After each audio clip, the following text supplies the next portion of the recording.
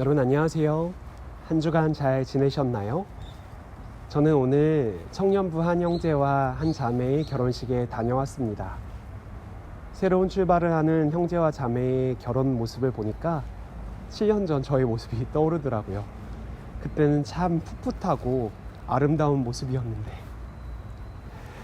새로운 시작을 하는 그 결혼 예식을 보니까요, 결혼 예식이 단순히 한 남자와 한 여자가 만나 서로 사랑을 하는 것을 넘어서 하나님께서 예비하신 그 배우자와 함께 새로운 가정을 이루어가는 것이라고 생각해 보게 되었어요.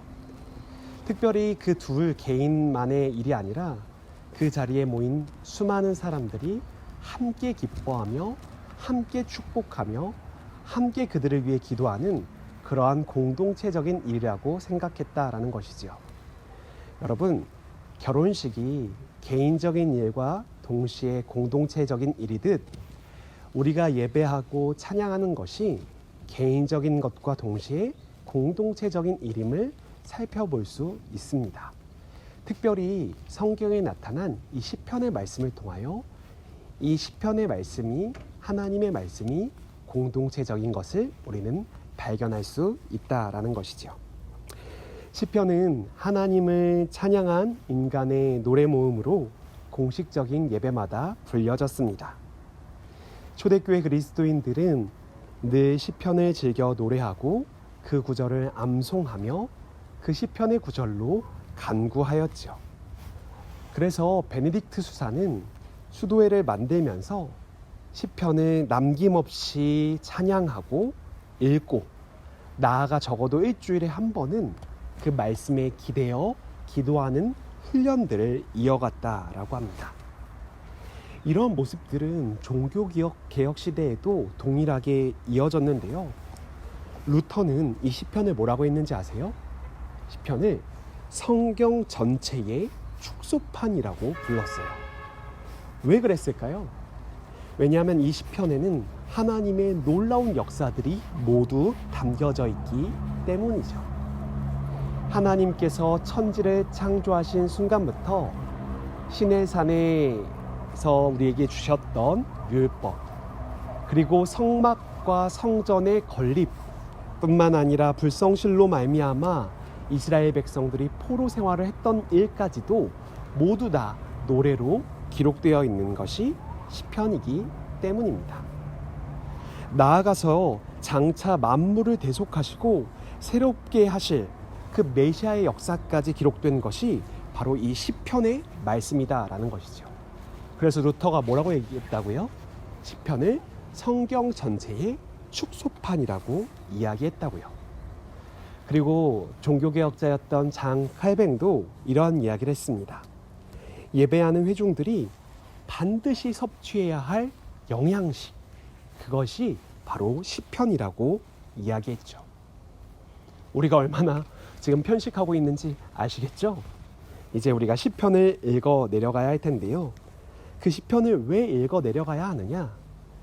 알렉산드리아의 주교 아타나시우스는 이렇게 이야기했어요. 부족하고 어려운 게 있습니까? 그것이 구체적으로 무엇이든지 시편에서 우리의 상황을 찾아낼 수 있습니다. 그리고 병을 고쳐낼, 그 어려움을 이겨낼 방법을 배울 수 있습니다 라고 이야기했다라는 것이죠. 이처럼 시편은 삶의 온갖 상황들을 모두 다루고 있습니다. 인간이 마주할 수 있는 영적이고 사회적이고 감정적인 수많은 일들과 환경들까지도 미리 내다보고 사람들을 단련시키는 것이 바로 시편의 말씀에 적혀져 있다라는 것이죠.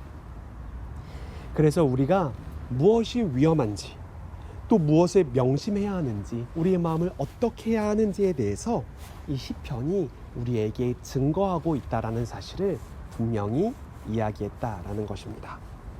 그러므로 우리는 이 시편을 계속해서 읽어 나아가야 합니다. 특별히 이 시편의 말씀으로 하나님께 기도하거나 찬송하는 일들을 게을리해서는 안 되겠습니다. 우리가 화려한 언어와 멋있는 단어들로 노래하고 기도하는 것들도 좋지만 이 시편의 말씀을 통해서 하나님께 올려드릴 때 하나님께서 기뻐하시는 일들과 또한 그 감정들을 우리가 느낄 수 있다라는 사실들 기억할 수 있다라는 것이죠. 우리가 한 주간 감사의 시편들을 읽어 내려갈 것입니다. 개인이나 공동체에 행하신 하나님의 특별한 행위나 역사들로 인해 감사할 수 있겠고요.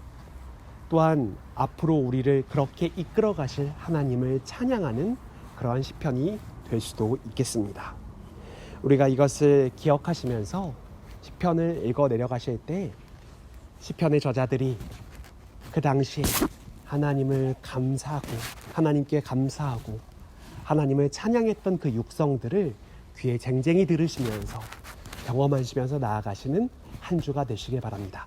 이번 한 주도 화이팅입니다. 댓글, 좋아요 부탁드려요. 안녕.